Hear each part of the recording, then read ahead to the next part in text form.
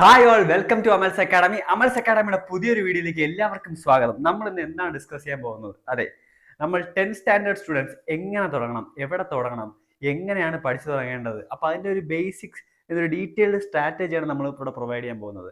അപ്പം ആദ്യം ഏതൊക്കെയാണ് സബ്ജക്ട്സ് പഠിക്കേണ്ടത്, അവരുടെ വീക്ക് പോയിന്റ്സ് ഏതാണ്, സ്ട്രോങ് പോയിന്റ്സ് ഏതാണ്, ഇങ്ങനെ ബേസിക്കലി ഒരു ബേസിക് ആയിട്ടുള്ള കാര്യങ്ങളെല്ലാം നമ്മളൊന്ന് മനസ്സിലാക്കിയിട്ട് എങ്ങനെ നമ്മുടെ പഠനം ഒന്ന് സ്ട്രക്ചർ ചെയ്യാം, എങ്ങനെ നമുക്കൊരു അക്കാഡമിക് ഇയർ മൊത്തം ഒന്ന് സ്ട്രക്ചർ ചെയ്ത് ഒരു ഡീറ്റെയിൽഡ് സ്ട്രാറ്റജി ഡെവലപ്പ് ചെയ്തിട്ട് എങ്ങനെ പതുക്കെ പഠിച്ചെന്ത് നല്ലൊരു സ്ട്രോങ് ബേസിക്സ് അല്ലെങ്കിൽ ഒരു കൺസെപ്ച്വൽ ക്ലാരിറ്റി ഡെവലപ്പ് ചെയ്ത് നമുക്ക് ഹൈ മാർക്സ് സ്കോർ ചെയ്യാം എന്നുള്ളതാണ് എന്ത് നമ്മൾ ഇന്നത്തെ വീഡിയോയിൽ നോക്കുന്നത്. സോ ബേസിക്കലി നമുക്ക് എന്ത് വീഡിയോയിലേക്ക് പോവാം. ഇത് ICSE-കാർക്കായാലും CBSE-കാർക്കായാലും സ്റ്റേറ്റുകാർക്കായാലും ഇത് വളരെ യൂസ്ഫുൾ ആണ്. കാരണം നമ്മൾ ജനറൽ ആയിട്ടുള്ള കാര്യങ്ങളാണ് പറയുന്നത്. ഭയങ്കര ഭീകരമായിട്ടുള്ള റോക്കറ്റ് സയൻസ് ഒന്നും പറയുന്നില്ല. എങ്ങനെ ബേസിക് ആയിട്ടുള്ള ഒരു റൊട്ടീൻ ഫോളോ ചെയ്ത് നമുക്ക് എന്ത് നല്ലൊരു മാർക്സ് മേടിക്കാം എന്നുള്ളതാണ് ഈ വീഡിയോയിൽ പറയുന്നത്. സോ 10th ആണ് എന്ത് അത്യാവശ്യം വളരെ ഇമ്പോർട്ടൻസ് ഉള്ളൊരു അക്കാഡമിക് ഇയർ ആണ് നിങ്ങളുടെ 10th എന്ന് പറയുന്നത്. ഈ 10th മാർക്സ് വെച്ചാണ് എന്ത് +1 +2 നമുക്ക് അഡ്മിഷൻ ലഭിക്കുന്നത്. അപ്പം നല്ലൊരു മാർക്സ് കിട്ടിയില്ലെങ്കിൽ നല്ല ഒരു സ്കൂളിൽ അഡ്മിഷൻ കിട്ടണമെന്നില്ല. അപ്പോൾ അതിൻ്റെതായ ഒരു ഇമ്പോർട്ടൻസ് ഉണ്ട്. അപ്പോൾ നമുക്ക് എന്ത് ചെയ്യാം, അടുത്ത പേജിലേക്ക് പോവാം. നമുക്ക് എപ്പോഴും സബ്ജക്ട്സ് രണ്ടായിട്ട് ഡിവൈഡ് ചെയ്യാൻ പറ്റും. ഒന്ന് എന്ത് നമ്മുടെ സ്ട്രോങ് സബ്ജക്ട്സ്, മറ്റൊന്ന് വീക്ക് സബ്ജക്ട്സ്.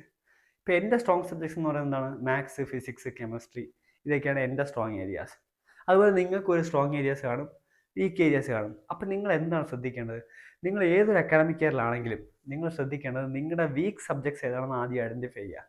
നിങ്ങൾക്ക് ഏതൊക്കെ സബ്ജക്ട്സാണ് പഠിക്കാൻ പാടായിട്ടുള്ളത്, അപ്പോൾ എന്ത് ചെയ്യുക, ആ സബ്ജക്ട്സിന് വേണ്ടി എന്ത് കൂടുതൽ എഫേർട്ട് ഇടുക, അല്ലേ? അതാണ് ആദ്യം ചെയ്യേണ്ടത്. അപ്പം ഈ സബ്ജക്ട്സ് നമ്മൾ ഐഡൻറ്റിഫൈ ചെയ്യുമ്പോൾ നമ്മൾ ശ്രദ്ധിക്കേണ്ടത്, ചിലർക്ക് ലോജിക്കലായിട്ടുള്ള സബ്ജക്ട്സ് എന്ത് വളരെ എളുപ്പമാണ്. For example maths, physics, chemistry, വേണമെങ്കിൽ നമുക്ക് IT എന്നും പറയാം. കോഡിംഗ് ഒക്കെ വരുന്നത് കൊണ്ട് എന്ത് IT എന്നും പറയാം. ഈ ഫിസിക്സ്, കെമിസ്ട്രി, മാത്സ് ഇതൊക്കെ നമ്മൾ ഒരുപാട് കാണാതെ പഠിക്കാനുള്ള കാര്യങ്ങൾ കുറവും. കൺസെപ്ച്വൽ ക്ലാരിറ്റി വേണ്ട ഒരു സബ്ജക്ട്സാണ്. അതായത് കൺസെപ്റ്റ്സ് പഠിച്ചിട്ട് ലോജിക്കലി ആപ്ലിക്കേഷൻ ലെവൽ ക്വസ്റ്റ്യൻസ് വരുന്ന സബ്ജക്ട്സ് ഏതാണ്? ഇത് മൂന്നുമാണ്. ഓക്കെ, ഇത് മൂന്നുമാണ് എന്ത് ആപ്ലിക്കേഷൻ ലെവൽ. പഠിച്ചത് ശരിയായില്ല. ഓക്കെ, അപ്പോൾ എന്ത് ആപ്ലിക്കേഷൻ ലെവൽ ക്വസ്റ്റ്യൻസ് വരുന്നത് എന്താണ്? ഈ സബ്ജക്ട്സിലാണ്. ഇനി അല്ലാതെ നമുക്ക് എന്ത് കുറച്ച് കാണാതെ പഠിക്കാനുള്ളത്, എനിക്ക് പറ്റാത്ത കാര്യമാണ് ഈ കാണാതെ പഠിക്കാനുള്ള സംഭവം. ഭയങ്കര ടഫാണ് എനിക്ക്. അപ്പോൾ അങ്ങനത്തെ സബ്ജക്ട്സ് ഏതൊക്കെയാണ്? ഹിസ്റ്ററി,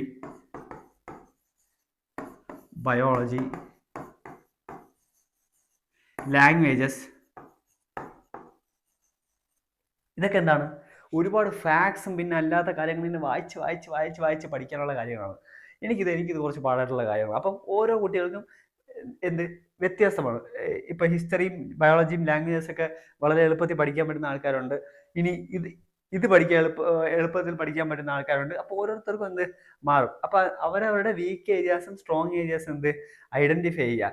ഇത് ഐഡന്റിഫൈ ചെയ്യുക എന്നുള്ളതാണ് ഏറ്റവും ഫസ്റ്റ് സ്റ്റെപ്പ് എന്ന് പറയുന്നത്. ഇത് ഐഡന്റിഫൈ ചെയ്താൽ തന്നെ എന്ത് നിങ്ങൾക്ക് ഒരുപാട് ഇനി അങ്ങോട്ടുള്ള പ്രോസസ്സ് വളരെ എളുപ്പമാവും. അപ്പം ഇപ്പം ചിലർ വാദിക്കും ബയോളജി ഇതുപോലെ നമുക്ക് റീസണിങ് ഒക്കെ ചെയ്ത് പഠിക്കാൻ പറ്റുമെന്ന്. ഡിപ്പെൻസ്, ആൾക്കാരെ ഡിപ്പെൻഡ് ചെയ്യും. അതിനകത്ത് ലോജിക്ക് നിങ്ങൾക്ക് കണ്ടെത്താൻ പറ്റുന്നെങ്കിൽ വെൽ ആൻഡ് ഗുഡ്. ഹിസ്റ്ററി അതുപോലെ സ്റ്റോറി ഉണ്ടാക്കി പഠിക്കുന്നതാണ് ഹിസ്റ്ററിക്ക് ഏറ്റവും ബെസ്റ്റ് മാർഗം എന്ന് പറയുന്നത്. അപ്പോൾ അതുപോലെ പഠിക്കുന്നവരുണ്ട്, ലാംഗ്വേജസ് അങ്ങനെ പഠിക്കുന്നവരുണ്ട്. ഇതല്ലാതെ തന്നെ ഇതിനും നമ്മൾ ഓരോ ടിപ്സ് ആൻഡ് ട്രിക്സ് ഉപയോഗിച്ച് ഓരോ രീതിയിൽ മനസ്സിലാക്കി എടുക്കുന്നവരുണ്ട്.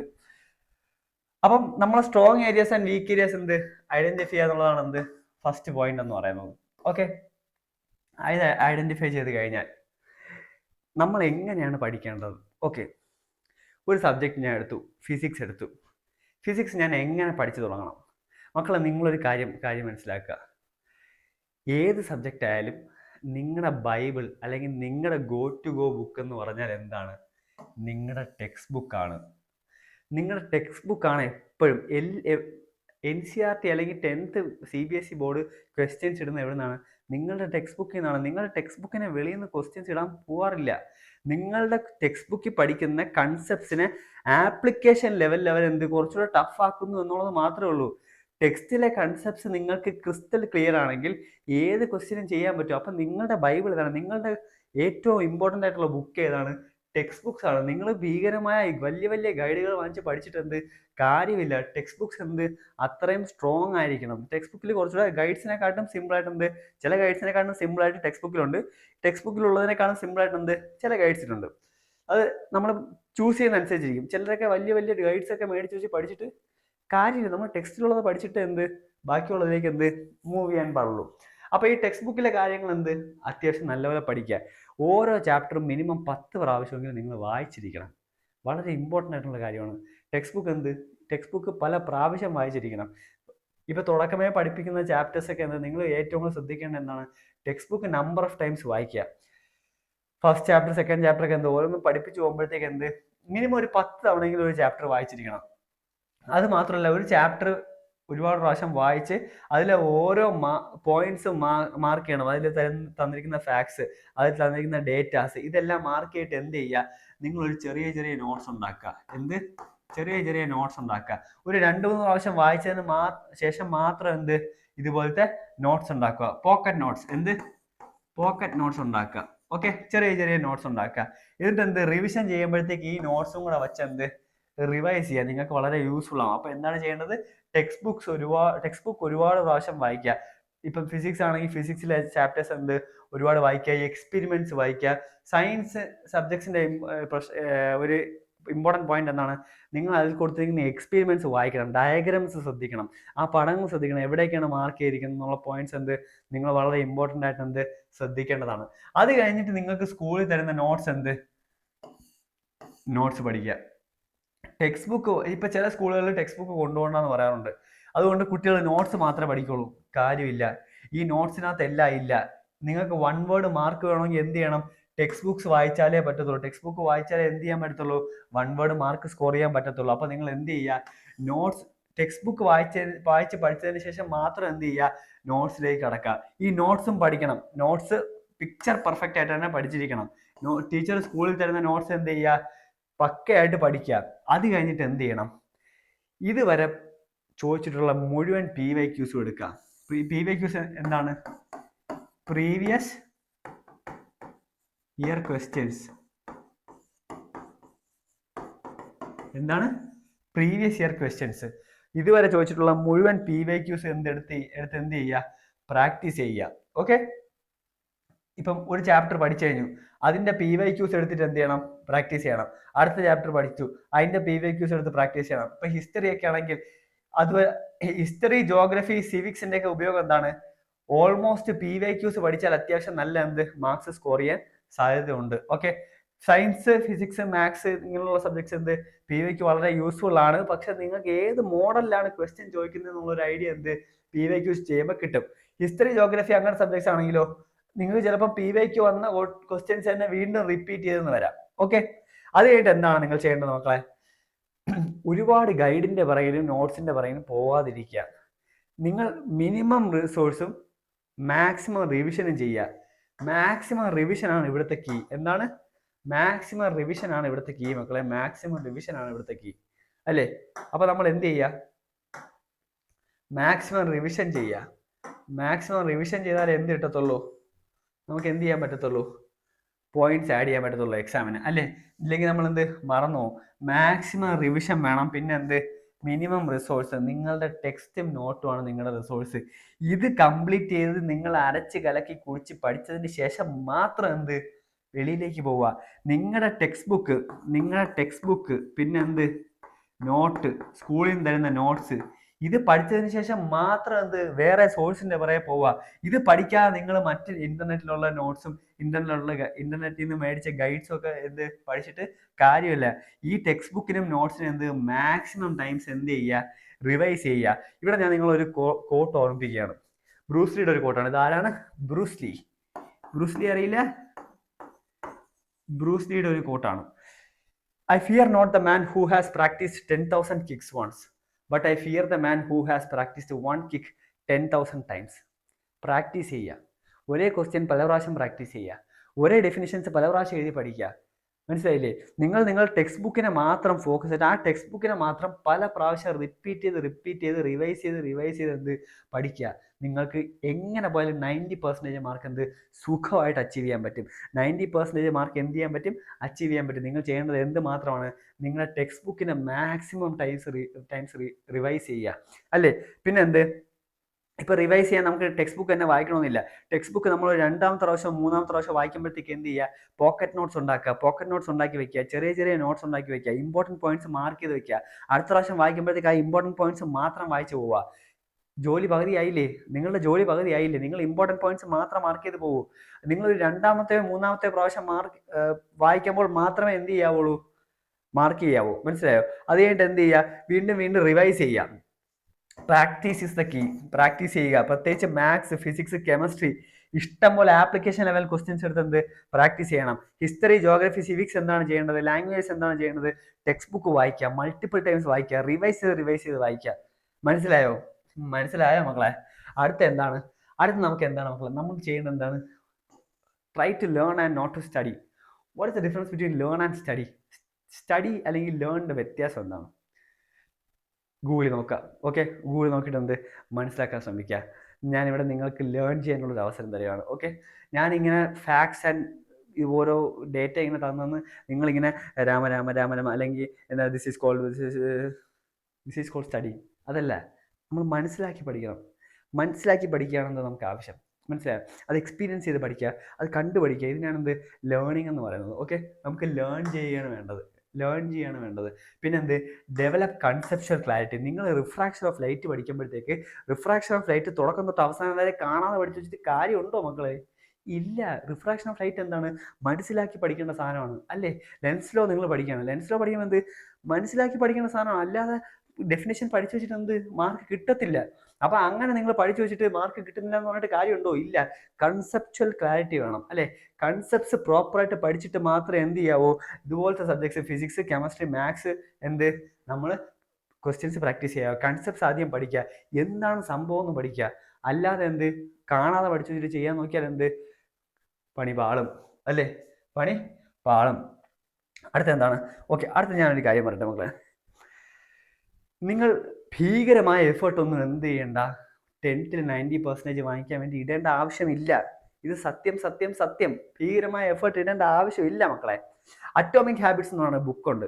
ആ അറ്റോമിക് ഹാബിറ്റ്സ് എന്ന് പറഞ്ഞ ബുക്കിൽ പറയുന്ന ഒരു സ്റ്റേറ്റ്മെന്റ് ആണ് try to be 1% better. Try to be 1% better. നിങ്ങൾ ഒരു ദിവസം വെറും 1% മാത്രം ബെറ്റർ ആയാൽ മതി. ഇന്നലെ ഉള്ള എന്നെക്കാളും 1% മാത്രം ബെറ്റർ ആയാൽ മതി ഞാൻ, അല്ലേ? ഇന്നലെ ഉള്ള എന്നെക്കാളും വെറും 1% മാത്രം ബെറ്റർ ആയാൽ മതി. നിങ്ങൾ ഈ വർഷം തുടക്കം തൊട്ട് നിങ്ങൾ വെറും 1% മാത്രം ബെറ്ററായി വരികയാണെങ്കിൽ, ഇത് അതിനകത്തുള്ളൊരു ഗ്രാഫാണ്, ഞാൻ എക്സ്പ്ലെയിൻ ചെയ്യാം. നിങ്ങളിപ്പോൾ 1 ആണെന്ന് വയ്ക്കാം. നിങ്ങൾ എല്ലാ ദിവസവും 1% വെച്ച് ബെറ്റർ ആവുന്നു.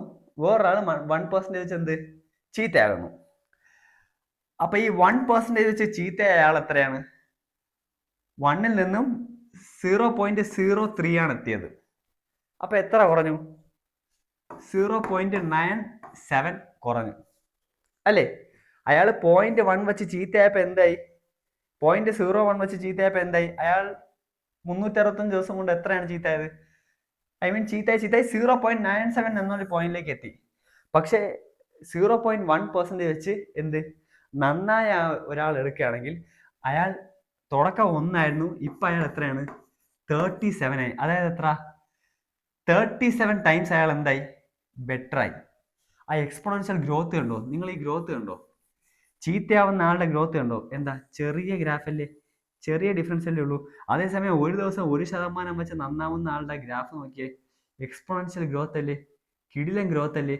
അതുകൊണ്ടാണ് ഞാൻ നിങ്ങളോട് പറയുന്നത്, നിങ്ങൾ ഒരു ദിവസം വെറും 1% മാത്രം നന്നായാൽ മതി. 1% മാത്രം പഠിച്ചാൽ മതി. വളരെ സിമ്പിളാണ്. ഞാൻ ഒരു കാര്യം ചോദിക്കട്ടെ. ഒരു ദിവസം എത്ര മണിക്കൂറുണ്ട്? മക്കളെ? ഒരു ദിവസം എത്ര മണിക്കൂറാണുള്ളത്? 24 hours അല്ലേ? 24 hours ആണ്. ഇതിനെ ഞാൻ മിനിറ്റ്സ് ആക്കി എത്രയാ? 1440 ആണ്. ഇതിനെ ഞാൻ എന്താക്കി? ഇതിനെ 100% ആണെന്ന് ഞാൻ അങ്ങ് വിചാരിച്ചു. ഇത് 100% ആണെന്ന് ഞാൻ അങ്ങ് വിചാരിച്ചു. ഓക്കെ, 24 hours, ഒരു ദിവസം 24 hours ഉണ്ട്. ഇതിൽ 1440 minutes ഉണ്ട്. അത് 100% ആണെന്ന് ഞാൻ കരുതി. ഓക്കെ, ഇതിന്റെ 1% എത്രയാണ്? 14.40 അല്ലേ? അതായത് 1% എന്ന് പറയുന്നത് എത്രയാണ്? 14.40. ഞാൻ അതിനെ മാറ്റിയിട്ട് എന്താക്കി? 15 മിനിറ്റ് അല്ലേ? ഒരു ദിവസം ഞാൻ 1% ബെറ്റർ ആവാന്ന് പറഞ്ഞാൽ ഞാൻ എത്ര നേരം എഫേർട്ട് എടുത്താൽ മതി? ഒരു ദിവസം വെറും 15 മിനിറ്റ് എഫേർട്ട് എടുത്താൽ മതി. ഞാൻ ചോദിക്കട്ടെ, 15 മിനിറ്റ് ഏതൊരാൾക്കും പറ്റൂലേ? അപ്പം നമ്മൾ എന്ത് ചെയ്യും? ഒരു ദിവസം മിനിമം എത്ര നേരം എഫേർട്ട് എടുക്കും? ഒരു ദിവസം ഏറ്റവും കുറഞ്ഞത് 30 മിനിറ്റ് നിങ്ങൾക്ക് പഠിക്കാൻ പറ്റുമെങ്കിൽ ഒരു ദിവസം 30 മിനിറ്റ് നിങ്ങൾ മാക്സിമം പഠിച്ചാൽ മതി. ഒരു ദിവസം നിങ്ങൾ 30 മിനിറ്റ് പഠിച്ചാൽ മതി. എങ്ങനെയാണ് ഈ 30 മിനിറ്റ് യൂസ് ചെയ്യുക? സ്കൂൾ കഴിഞ്ഞ് വന്നു, ഇത് ട്യൂഷന് പോകുന്ന സമയമല്ല, സ്കൂളിൽ ഇരിക്കുന്ന സമയമല്ല. ട്യൂഷനും സ്കൂളും ഒക്കെ കഴിഞ്ഞ് നിങ്ങൾക്ക് വേണ്ടി സ്പെൻഡ് ചെയ്യുന്ന സമയമാണ് എന്ത്? ഈ 30 മിനിറ്റ്സ് എന്ന് പറയുന്നത്. നിങ്ങൾ അന്നത്തെ ദിവസം മൊത്തം പഠിച്ചത് ഒരു സബ്ജക്ട്സിന് 5 മിനിറ്റ് വെച്ച് കൊടുക്കുക. ഓക്കെ, ഫിസിക്സ് അന്ന് പഠിപ്പിച്ചത് എന്ത്? 5 മിനിറ്റ് പോലും വേണ്ട ഫിസിക്സ് കെമിസ്ട്രി ഒക്കെ നോക്കാനായിട്ട്. അന്ന് എന്താണ് പഠിപ്പിച്ചത്? ടെക്സ്റ്റ് ഒന്നും എന്ത് ഓടിച്ച് വായിക്കണ്ട, ജസ്റ്റ് ഒന്ന് സ്കിം ചെയ്ത് നോക്കുക. ഓക്കെ, ഇന്ന് ഇത്രയും പോർഷൻസ് ആണ് കവർ ചെയ്തത്. അപ്പൊ എന്ത് ചെയ്യും? നോട്ട്സ് എടുത്ത് നോക്കുന്നു. നോട്ട്സിലൊക്കെ ഇത്രയും നോട്ട്സ് എഴുതിപ്പിച്ചു, ആ നോട്ട്സ് ഒന്ന് ഒരു പ്രാവശ്യം വായിച്ചു. ഓക്കെ, ഫിസിക്സ് ഒരു 3 മിനിറ്റ് കംപ്ലീറ്റ് ആയി. അടുത്ത കെമിസ്ട്രി എടുക്കുന്നു, കെമിസ്ട്രി ഇതുപോലെ നോക്കുന്നു. ബയോളജി എടുക്കുന്നു, ഇതുപോലെ നോക്കുന്നു. അന്ന് പഠിപ്പിച്ച നോട്ട്സ് മാത്രം എടുക്കുക. മാത്സ് എടുക്കുന്നു, മാത്സ് ചിലപ്പോൾ കുറച്ച് ടൈം കൺസ്യൂമിങ് ആയിരിക്കും. ഓരോ ക്വസ്റ്റ്യൻസ് ഓക്കെ ഇങ്ങനെയാണ് ചെയ്തു വന്നത്, ഓക്കെ ഇതാണ് പ്രോസസ്സ്. ഇങ്ങനെ നിങ്ങൾ എന്ത് ജസ്റ്റ് ഒന്ന് സ്കിം ചെയ്ത് പോവുക. അന്ന് പഠിപ്പിച്ച സാധനങ്ങൾ ജസ്റ്റ് ഒന്ന് സ്കിം ചെയ്ത് പോയാൽ മാത്രം മതി. എന്ത്? നിങ്ങൾ ഒരുപാട് പിറകിലാവില്ല. ഒരു എക്സാം ആകുമ്പോഴത്തേക്ക് നിങ്ങൾക്ക് ഭീകരമായ പോർഷൻസ് കവർ ചെയ്യുന്ന ഒരു അവസ്ഥ എന്ത് ഉണ്ടാവില്ല. നിങ്ങൾക്ക് അത്യാവശ്യം നല്ല കൺസെപ്റ്റ്സ് എന്ത് ഓർമ്മ കാണും. ഇത് വളരെ യൂസ്ഫുൾ ആയിട്ടൊരു മെത്തേഡാണ്. ടോപ്പേഴ്സ് എല്ലാം ഉപയോഗിക്കുന്ന മെത്തേഡ് എന്ത്? ഇത് തന്നെയാണ്. അവർ ഡെയിലി എന്ത് ചെയ്യുക? ഒരു 30 മിനിറ്റ് അല്ലെങ്കിൽ ഒരു മണിക്കൂർ. ഇപ്പോൾ ഒരുപാട് ട്യൂഷൻസ് ഒക്കെ ഉണ്ടെങ്കിൽ എന്ത് ചെയ്യാം? നമുക്കിത് പറ്റത്തില്ല. അപ്പം അല്ലാത്തത് അതുകൊണ്ട് ഏറ്റവും മിനിമം എത്ര സ്പെൻഡ് ചെയ്താൽ മതി? 30 മിനിറ്റ് സ്പെൻഡ് ചെയ്താൽ മതി. 30 മിനിറ്റ് സ്പെൻഡ് ചെയ്യാൻ പറ്റില്ലെന്ന് ആരും പറയണ്ട. 30 മിനിറ്റ് കൃത്യം സ്റ്റോപ്പ് വാച്ച് വയ്ക്കുക, 30 മിനിറ്റ് സ്പെൻഡ് ചെയ്യാൻ ഇരിക്കുക. അതിൽ കൂടുതൽ ഒരു സെക്കൻഡ് പോലും നിങ്ങൾ ഇരിക്കേണ്ട ആവശ്യമില്ല. വെറും 30 മിനിറ്റ് സ്പെൻഡ് ചെയ്താൽ മതി. 30 മിനിറ്റ് ഒരു ദിവസം സ്പെൻഡ് ചെയ്ത് എന്ത് ചെയ്യുക? പതുക്കെ നിങ്ങൾ വായിക്കുക. നിങ്ങൾ അറിയാതെ തന്നെ നിങ്ങൾ 30 മിനിറ്റ് കൂടുതൽ സ്പെൻഡ് ചെയ്ത് തുടങ്ങും. ഒരു മാസം 2 മാസം കഴിയുമ്പോൾ ഈ 30 എന്നുള്ളൊരു 45 മിനിറ്റ് ആവും, 1 മണിക്കൂറാവും. പിന്നെ നിങ്ങളുടെ ഗോൾ എന്തായിരിക്കും? ഇന്ന് പഠിപ്പിച്ചത് മൊത്തം ഞാൻ റിവൈസ് ചെയ്തിട്ട് ഞാൻ കിടന്നുറങ്ങുന്നു. മനസ്സിലായോ? നിങ്ങൾ അവിടെ ഒരു ഗോൾ സെറ്റ് ചെയ്യാൻ നോക്കും. ആദ്യം നിങ്ങളുടെ ഗോൾ എന്താണ്? ഒരു 30 മിനിറ്റ് അച്ചീവ് ചെയ്യുക എന്നുള്ളതാണ്. പിന്നെ നിങ്ങളുടെ ഗോൾ എന്താണ്? നിങ്ങൾക്ക് ഇന്ന് പഠിപ്പിച്ച മൊത്തം റിവൈസ് ചെയ്തിട്ട് പോകണം എന്നുള്ളതാണ് എന്ത്? നിങ്ങളുടെ ഗോൾ എന്ന് പറയുന്നത്. അപ്പം നമുക്ക് എന്ത് ചെയ്യാൻ പറ്റും? ഗ്രാജുവലി നമ്മളെ തന്നെ ഒന്ന് ഡെവലപ്പ് ചെയ്തെടുക്കാൻ പറ്റും. ഒന്ന് പഠിച്ച് ശീലം ഉണ്ടാക്കാൻ പറ്റും. ഇപ്പം നമ്മൾ അതിങ്ങനെ വായിച്ച് ശീലം ഇല്ലെങ്കിൽ നമുക്ക് ഡെയിലി ഇങ്ങനെ ചെയ്ത് ഒരു റൊട്ടീനായിട്ട് ഡെവലപ്പ് ചെയ്ത് വരുമ്പോഴത്തേക്ക് എന്ത് ചെയ്യാൻ പറ്റും? എക്സാമിന്റെ അവസാനം ആകുമ്പോഴത്തേക്ക് ഒരുപാട് പോർഷൻസ് കവർ ചെയ്യേണ്ട ആവശ്യം വരത്തില്ല. നിങ്ങൾക്ക് അത്യാവശ്യം കാര്യങ്ങൾ ഓർമ്മ കാണും. അങ്ങനെ അത് യൂസ്ഫുൾ ആയിരിക്കും. ഓക്കെ, അപ്പൊ ഇതാണ് ബേസിക്കലി നമുക്ക് പറയാനുള്ളത്. നിങ്ങൾക്ക് ഏകദേശം ഒരു ഐഡിയ കിട്ടിയെന്ന് വിശ്വസിക്കുന്നു. അപ്പൊ അടുത്ത എന്താണ്? അമൽസ് അക്കാഡമി 10th സ്റ്റുഡൻസിനെ എങ്ങനെ ഹെൽപ്പ് ചെയ്യുന്നു? മക്കളെ, വളരെ സിമ്പിളാണ്. നമ്മൾ എന്ത് ചെയ്യുന്നുണ്ട്? കളർ മാറിപ്പോയല്ലോടെ കുട്ട. Now it's fine. നമ്മൾ എന്ത് ചെയ്യുന്നുണ്ട് മക്കളെ? നിങ്ങൾക്ക് ലൈവ് ക്ലാസ് ഉണ്ട്. ലൈവ് ക്ലാസ് തരുന്നുണ്ട്. പിന്നെന്താണ്? അതിൻ്റെ റെക്കോർഡഡ് സെഷൻസ് ഉണ്ട്.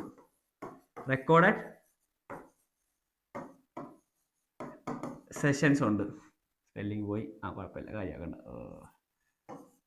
ഓക്കെ, റെക്കോർഡഡ് സെഷൻസ് ഉണ്ട്. പിന്നെന്താണ് മക്കളെ? അടുത്തത് എന്താണ് മക്കളെ? നിങ്ങൾക്ക് 1-to-1 മെന്റർഷിപ്പ് തരും. നമ്മൾ എല്ലാ ആഴ്ചയും എന്ത് ചെയ്യും? നമ്മൾ നിങ്ങളെ വിളിക്കും, നിങ്ങളുമായിട്ട് സംസാരിക്കും. നിങ്ങളുടെ സ്കൂൾ നടത്തിയ എക്സാം പേപ്പേഴ്സ് നമ്മൾ മേടിച്ചിട്ട് എന്ത് ചെയ്യും? ആ എക്സാം പേപ്പേഴ്സ് നമ്മൾ നോക്കും. എവിടെയൊക്കെയാണ്, ഏതൊക്കെ ചാപ്റ്ററിലാണ് മാർക്ക് കുറഞ്ഞത്, ഏതൊക്കെ ചാപ്റ്ററാണ് നിങ്ങൾക്ക് പഠിക്കാൻ പറ്റാത്തത്, ഏതൊക്കെ ചാപ്റ്റേഴ്സാണ് നിങ്ങൾക്ക് കൺസെപ്ച്വൽ ക്ലാരിറ്റി കുറവ്, ഇതെല്ലാം നമ്മളൊന്ന് അനലൈസ് ചെയ്യും. എന്നിട്ട് നിങ്ങൾ എന്ത് ചെയ്യും? നിങ്ങളെ വിളിച്ച് നിങ്ങളോട് സംസാരിക്കും. ഈ ചാപ്റ്റേഴ്സാണ് പഠിക്കാനുള്ളത്, എന്തുകൊണ്ട് ഇത്രയും ക്ലാസ് കണ്ടില്ല, നിങ്ങൾ എത്ര നേരം ക്ലാസ് കണ്ടു എന്നൊക്കെ നമുക്ക് അറിയാൻ പറ്റും. ഓക്കെ, അപ്പോൾ അങ്ങനെ എത്ര നേരം ക്ലാസ് കണ്ടു, ഈ ക്ലാസ്സുകളാണ് പഠിക്കേണ്ടത്. പിന്നെ വേറൊരു കാര്യം നിങ്ങൾ മനസ്സിലാക്കേണ്ടത് കുട്ടികളെ, നിങ്ങളുടെ പോർഷൻസിൻ്റെ 20% എന്നാണ് ക്വസ്റ്റ്യൻ പേപ്പറിൻ്റെ 80% of the questions.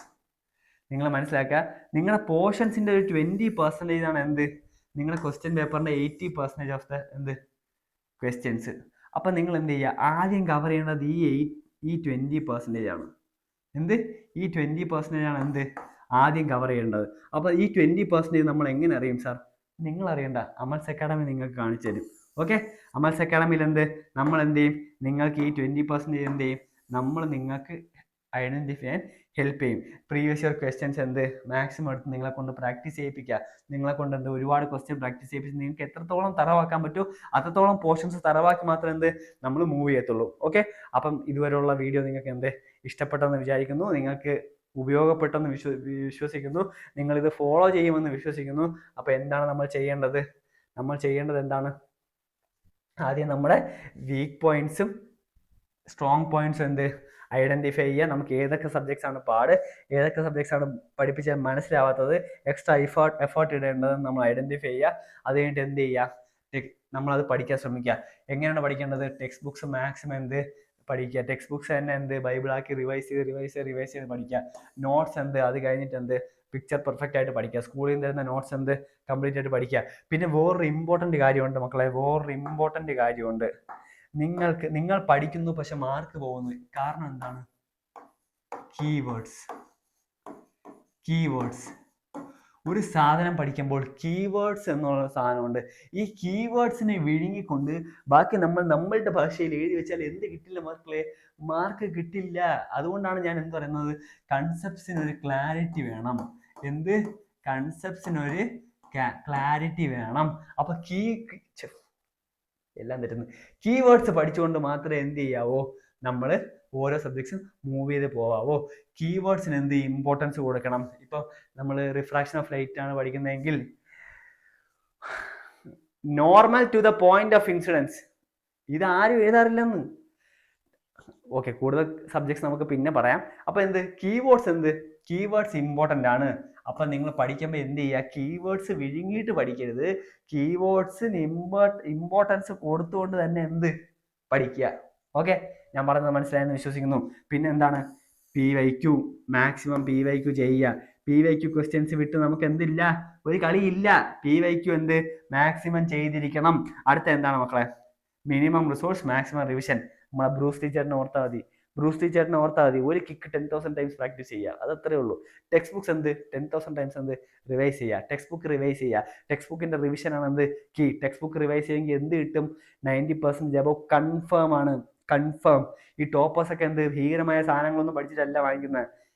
Our text book അരച്ച് കലക്കി കുടിച്ച് പഠിക്കും. മനസ്സിലായോ? എന്നിട്ടാണ് അവർ ബാക്കി ഗൈഡ്സിലേക്ക് പോകുന്നത്. നമുക്ക് ടെക്സ്റ്റ് ബുക്ക് ക്ലിയർ ആയിട്ട് ബാക്കി എന്തിലേക്ക് വേണോ പോവാം. മനസ്സിലായോ? ഓക്കെ, ഞാൻ ഇവിടെ നോക്കുന്നത്, ഇവിടെയാണ് ലാപ്ടോപ്പ്, സോറി. അപ്പൊ നമുക്ക് അടുത്തതിലേക്ക് പോവാം. അടുത്ത എന്താണ് നമ്മൾ പറഞ്ഞത്? നമ്മൾ കൺസെപ്ച്വൽ ക്ലാരിറ്റി ഡെവലപ്പ് ചെയ്യാൻ പഠിക്കണം. ഒരു ദിവസം എത്ര നേരം പഠിച്ചാൽ മതി? ഒരു ദിവസം അരമണിക്കൂർ പഠിച്ചാൽ മതി എന്ന്. എക്സാംസ് ആകുമ്പോൾ നമുക്ക് കൂട്ടാം. സമയം കൂട്ടാം. ഒരു ദിവസം കേവലം അരമണിക്കൂർ നിങ്ങൾ പഠിക്കൂ. അരമണിക്കൂർ നിങ്ങൾക്ക് സ്പെൻഡ് ചെയ്യാൻ പറ്റും. സ്പെൻഡ് ചെയ്താൽ ചെയ്യാൻ പറ്റും? നിങ്ങൾക്ക് സബ്ജക്ട്സ് അന്നൊന്ന് പഠിപ്പിക്കുന്നത് കുറച്ചുകൂടെ ഓർത്തെടുക്കാൻ എളുപ്പമാണ്. നിങ്ങൾ പഠിപ്പിച്ചത് മറന്നു പോവില്ല. ഇപ്പം ഇന്ന് പഠിപ്പിച്ചത് ഞാൻ ഇന്ന് തന്നെ വന്ന് റിവൈസ് ചെയ്യുന്നു. നാളെ ആകുമ്പോഴത്തേക്ക് തലേ ദിവസത്തെ ജസ്റ്റ് ഒരു സെക്കൻഡ് ഒന്ന് നോക്കിയാൽ മതി. ഓക്കെ, ഇത്ര എനിക്ക് ഓർമ്മയുണ്ട്. ഓക്കെ, ഇതാണ് ഇന്നത്തെ പഠിച്ചത്. സിമ്പിൾ. സ്കിം ചെയ്ത് പോവുക. സ്കിം അത്രേ ഉള്ളൂ. സിമ്പിൾ ആണ്. ഓക്കെ, അപ്പം ഇത്രയേ ഉള്ളൂ എനിക്ക് പറയാനുള്ളത്. That's all your honour. നിങ്ങൾ ചെയ്യുക? ഈ വീഡിയോ സേവ് ചെയ്ത് വെക്കുക. ഇടയ്ക്കെടുത്ത് വെച്ച് കാണുക. നിങ്ങൾക്ക് എങ്ങനെ പഠിക്കുമെന്നോ ഡൗട്ടൊന്നും ഒന്നും എടുത്ത് വെച്ച് കാണുക. അപ്പം താങ്ക് യു സോ മച്ച്. എല്ലാവരും പഠിക്കുക. Happy learning. Join Amal's academy. Okay, Amal's അക്കാഡമിയിൽ കിടിലൻ ട്യൂഷൻസ് പ്രൊവൈഡ് ചെയ്യുന്നുണ്ട്. നിങ്ങൾക്ക് പേഴ്സണലൈസ്ഡ് അറ്റൻഷൻ കൊടുത്തിട്ട് നമ്മൾ കിടിലൻ ട്യൂഷൻസ് പ്രൊവൈഡ് ചെയ്യുന്നുണ്ട്. ചെയ്താൽ മതി? ഈ നമ്പറിലേക്ക് വിളിച്ചാൽ മതി. പിന്നെ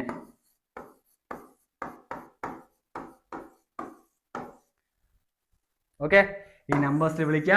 വിത്ത് ഹെവി ഡിസ്കൗണ്ട്സ് നമ്മൾ നിങ്ങൾക്ക് ട്യൂഷൻസ് പ്രൊവൈഡ് ചെയ്യുന്നതാണ്. ഓക്കെ, അപ്പോൾ thank you so much. Signing off, Amal Krishna.